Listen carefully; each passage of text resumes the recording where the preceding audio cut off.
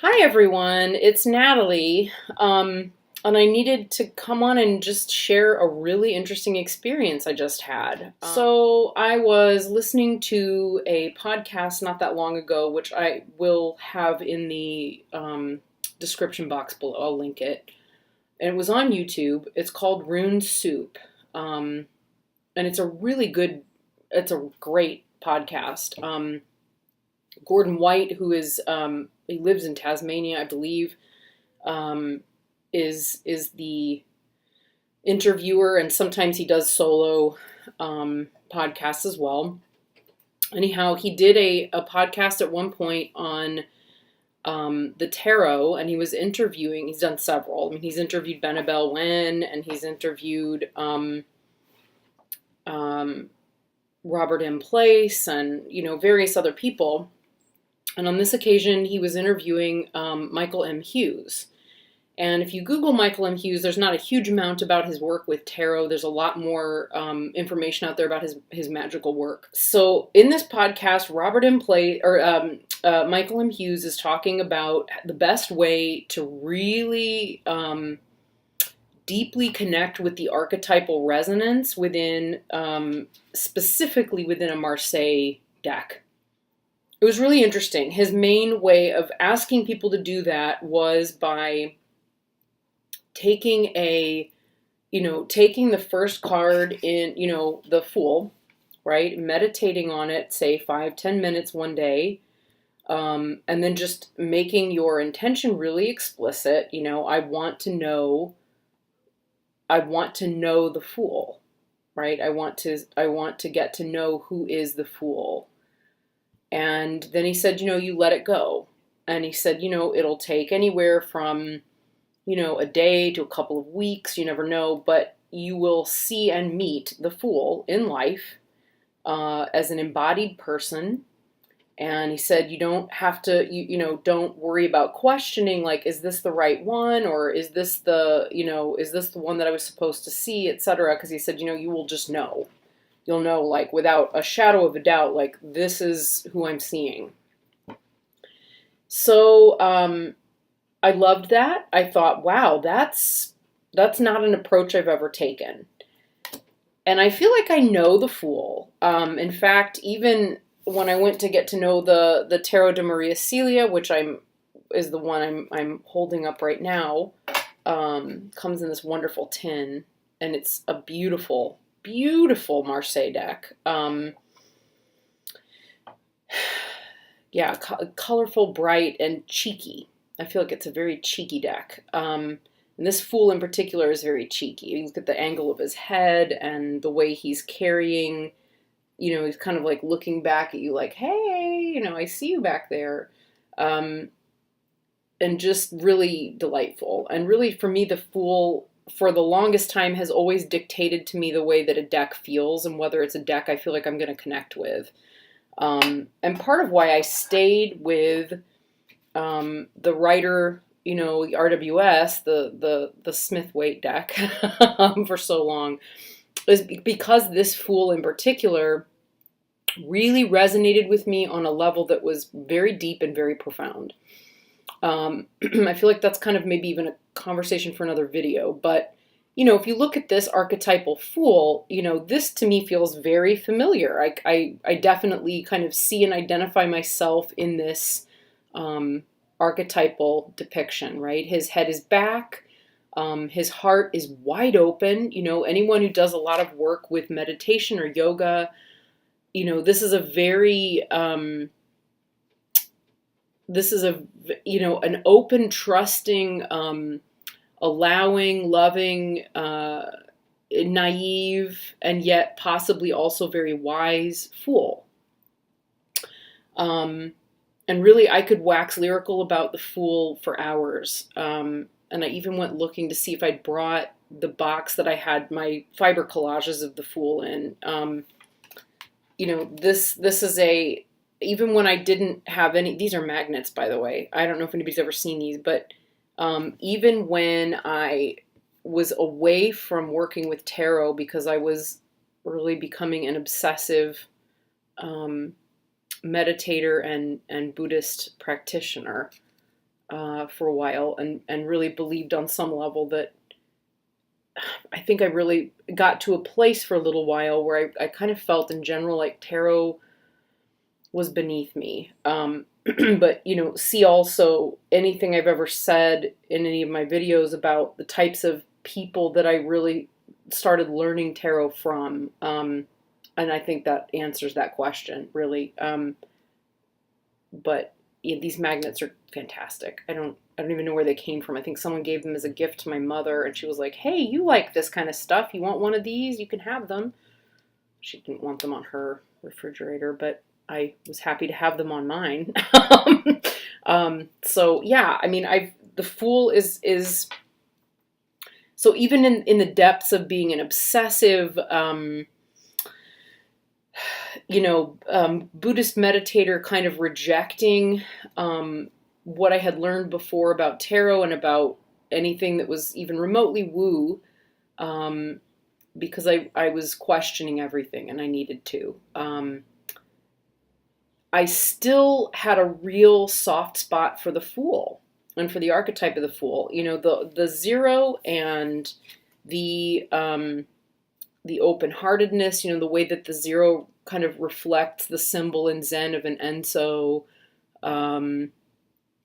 and of emptiness, and the Heart Sutra, his heart is up, you know, and in my mind for a while, you know, the Fool was sort of going along happily singing, you know, "Oh, sorry, Putra, form is emptiness and emptiness is form."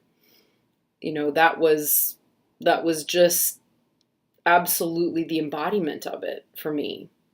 So that, you know, and of course we all see in the cards what we want to see. And in some way they're always there reflecting our own experiences as much as they are anything else.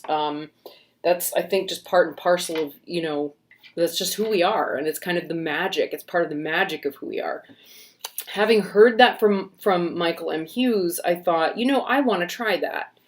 And in my head, I was seeing, you know, a depiction of the Fool that really looked much more like one of these guys, right? Because this is a very different depiction than this one, right? For one thing, this Fool is showing us his heart.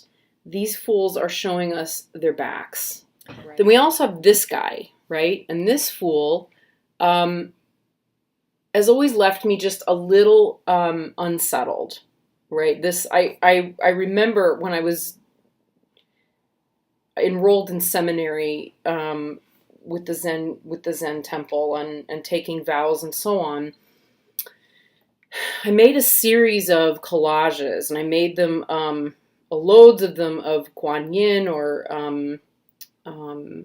in Korean Zen we called her Kwanseum Posal. And I made a lot of collages of the Fool, different Fools from different decks. And I definitely remember doing a one from a historical deck that's based on the Visconti Sforza, and of course, you know, the Rider-Waite Fool, and I think I took the Hoi Polloi Fool, and maybe from the Zerner Farber, the original Zerner Farber Fool. So I mean, I had a few that I did, and I would sit and contemplate the image of the Fool, and at the same time I would be stitching and patching and piecing, literally piecing together my understanding of the Fool through the creation of these collages and tapestries, right? It was a very contemplative, you know, activity to take on. And I remember like that this, you know, the dissonance between these two images was really striking. You know, this Fool has beautiful clothing on. This Fool has means. This guy is a homeless guy. You know, this one is coming from an open heart and an open mind. This guy is surviving. I feel like this is a very obvious thing, you know, for most people who've studied tarot. But in my, like early to mid 30s, like that was actually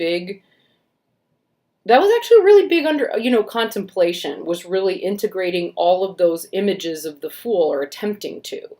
And at a certain point I felt like I had really understood what that was, right? A few months ago, like after hearing that podcast with Michael and Hughes, I had been playing with my Maria Celia deck, and I thought, okay, I want to meet the Fool. I did not spend the time, I didn't spend 5 minutes meditating on him. I had him firmly emblazoned in my brain, and I would just perpetually come back to this image and any other Marseille-based images, but specifically the ones where the Fool has this type of a shaped hat. Something about the shape of this hat, and in particular, this Fool's facial features really struck me. So I kept sitting with it. And on my way to work every day, there is this one particular corner right before you get onto an interstate. There are two men that alternate who gets that particular spot. I think it's probably a fairly lucrative place. They both fly a sign and, you know, are looking for money and resources. One of the guys is probably in his 20s and is white, tall, slim. The other guy that works that same corner, probably about the same age, but he's a heavier set African-American guy. And I went past one day when they were both there, and I swear, I shit you not, both of these guys had this shaped hat on. They're always wearing a black beanie, but the black beanie suddenly was shaped much more like this and positioned similarly on their heads. And it clicked. I had that sort of like, oh, yeah, those guys are the Fool. Right. I've seen these two Fools in many places, but I'd never really seen these two guys. There was something in both of them that fit that archetype, and as I recall, when I was looking at them on that particular day, they were even angled and looked back at me from that perspective, more like this. And in fact, I would say I'm in shock, actually, because I came home today to look at this one. It's, the white guy, his facial features even look just like this Fool in a way that's really rather astounding. And I have to say, in part, the way that this looks, like you can tell he has facial hair even though all the color is blended. When someone has been in the sun for so long, without sun protection, without moisturizer, etc., even when they're very young, their face kind of takes a leathery, very tight, leathery appearance. And it seemed almost as though his beard blended, with his skin in that way. And I'd been thinking for months now, like, if this is the Fool, and I've now seen him, why haven't I started to see the Magician? Why? Because I felt like, okay, I can tick that box. But I had not gotten to a point of being able to see the Magician. Well, this morning I was driving past, and the white Fool was there. And when I was looking at him today, I saw that first. He really looked like the Grimaud, Tarot de Marseille Fool. And then as I was looking at, I really looked at him. I really looked him in the eye, and I really contemplated him. I really took him in. And, I've seen this guy so many times, and I would never, I'm always kind of checking in on him in my own way, clocking him, taking him in. And as he was really kind of like looking up and looking into the sun, and his chest was down and his head was back, and he was just holding his sign, what I really saw was how deeply he suffers. How very, very deeply he suffers. Watching him, and I'd kind of given up on this exercise, right? I'd given up on this exercise of finding these archetypes, in real life. But I saw him and I thought, wow, he, this man really suffers. He's really on a journey of suffering. And I recognized, like, when I started my own journey into the tarot, it was really in part due to my own suffering. And additionally, when I gave it up and kind of restarted my fool's journey into, Buddhist studies, which is really kind of when I feel like I really started the fool's journey, actually. I mean, I started reading tarot in my late teens, but I don't feel like I was really on the journey. But when I when I chose to actually become a Buddhist, and take precepts and follow that path, for me, it really was this.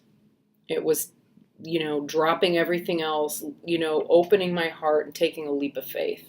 It really was. But it was also, I was ready to meet it from that place. But I was able to meet it from that place because, on some level, I had hope that that would help. The truth of the matter is that this might have been, part of it, and this was equally part of it. Equally. There was a deep, deep suffering that I was hoping to relieve through going on that journey.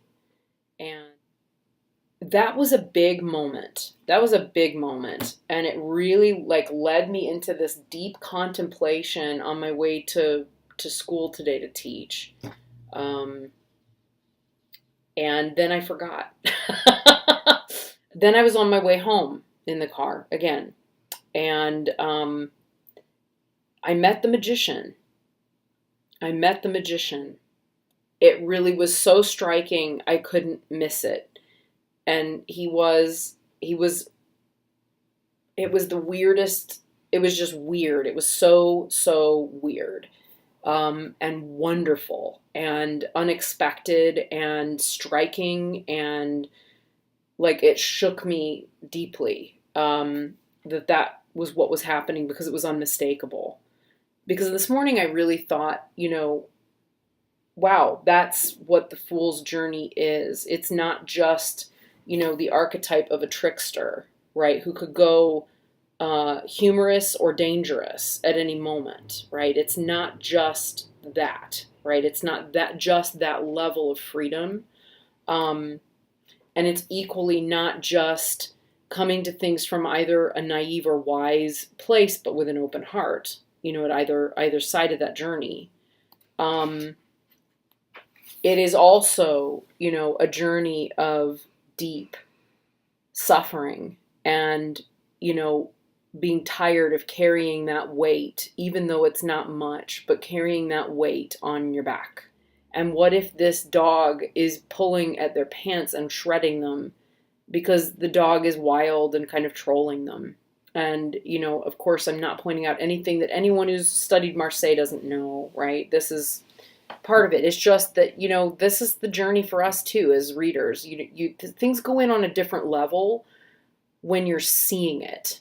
And I think that's what Michael M. Hughes's point was, is that when you're really seeing and experiencing these two archetypes in person, you're taking them in at a level that is way beyond intellect. I know intellectually that I've read many places, like the dog in the Fool card, in a Marseille deck is very frequently very much about the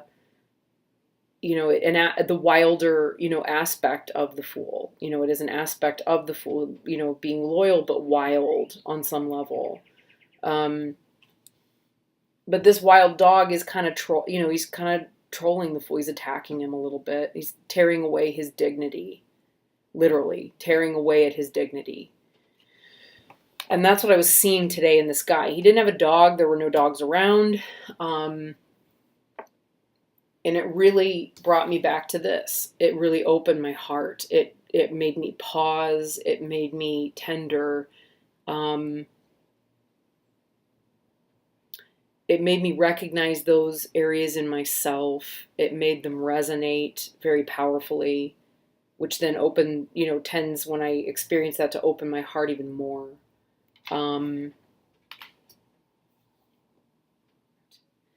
And so then when I was on my way home and I'd completely forgotten that I even saw the Fool in that way this morning and thought, wow, that's it. That's what I wasn't fully taking in yet.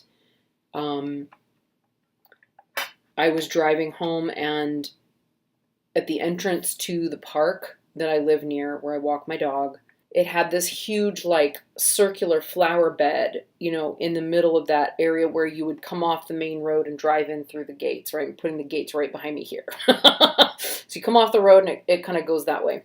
And in front of it, there is this massive flower bed, and it's filled with these gorgeous tulips of, like, they're mostly like reds and oranges. I'm like, reds, oranges, yellows, right? Tons and tons of flowers. And in the middle of that, this guy, there is no doubt in my mind that this man was there practicing magic from his culture and his background. He was dancing, and he was very focused and engaged in some kind of communication or ritual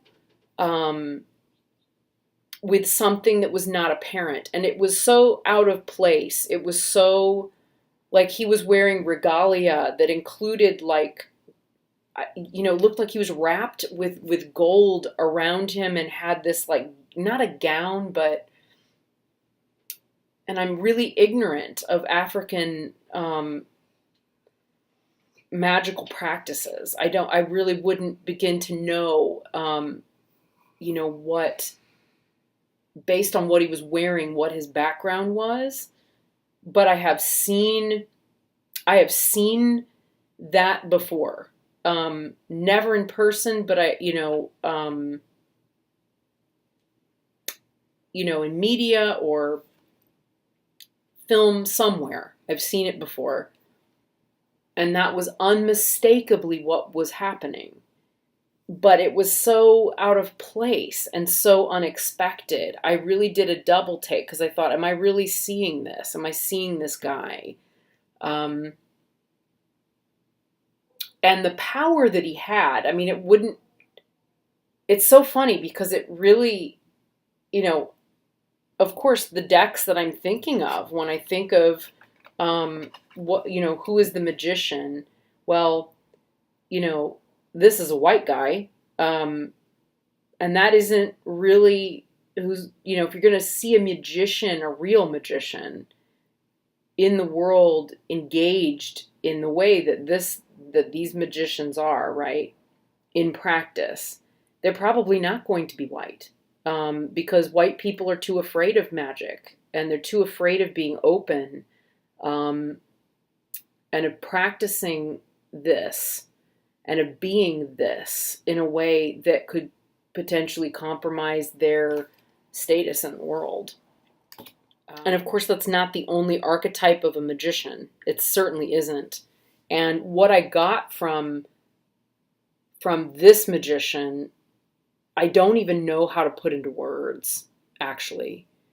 That he held this tremendous power was really apparent. It was really, really apparent. And that he was entirely unafraid, unashamed. This is a person who could really have given two flying fucks what anyone driving past thought of him, because his power was so much bigger than anything we could have been thinking. That was the level of power.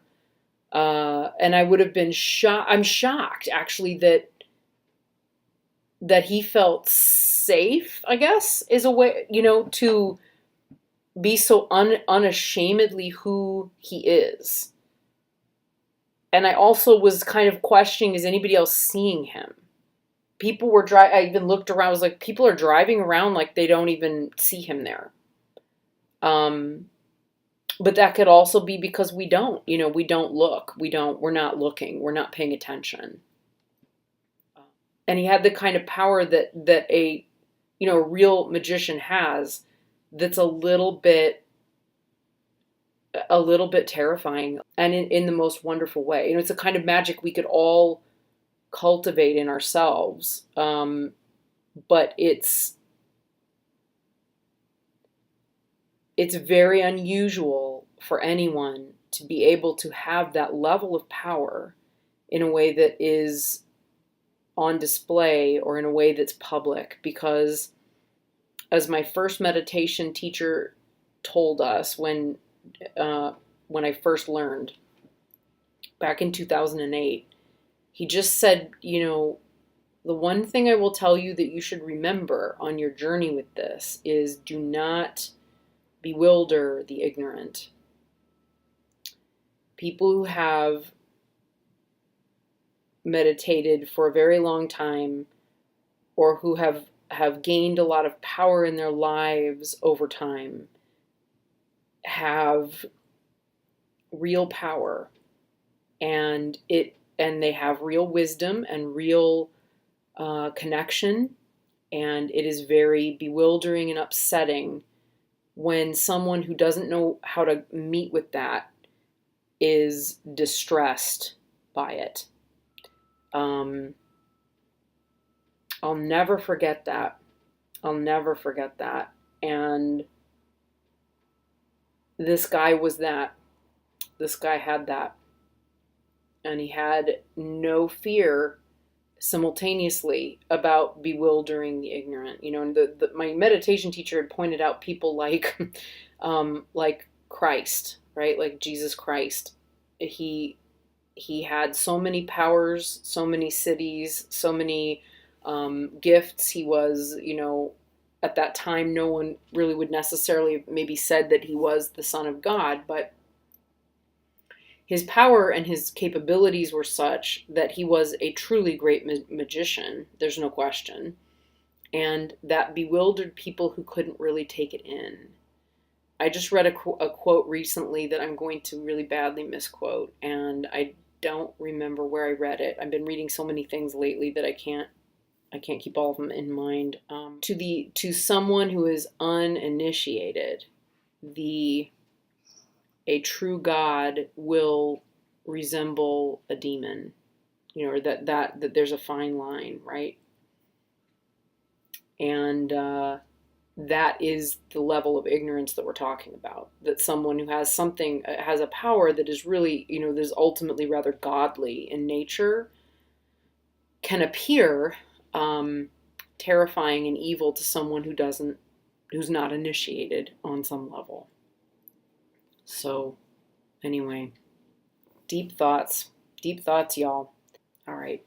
Thanks everyone for watching. Talk to you soon.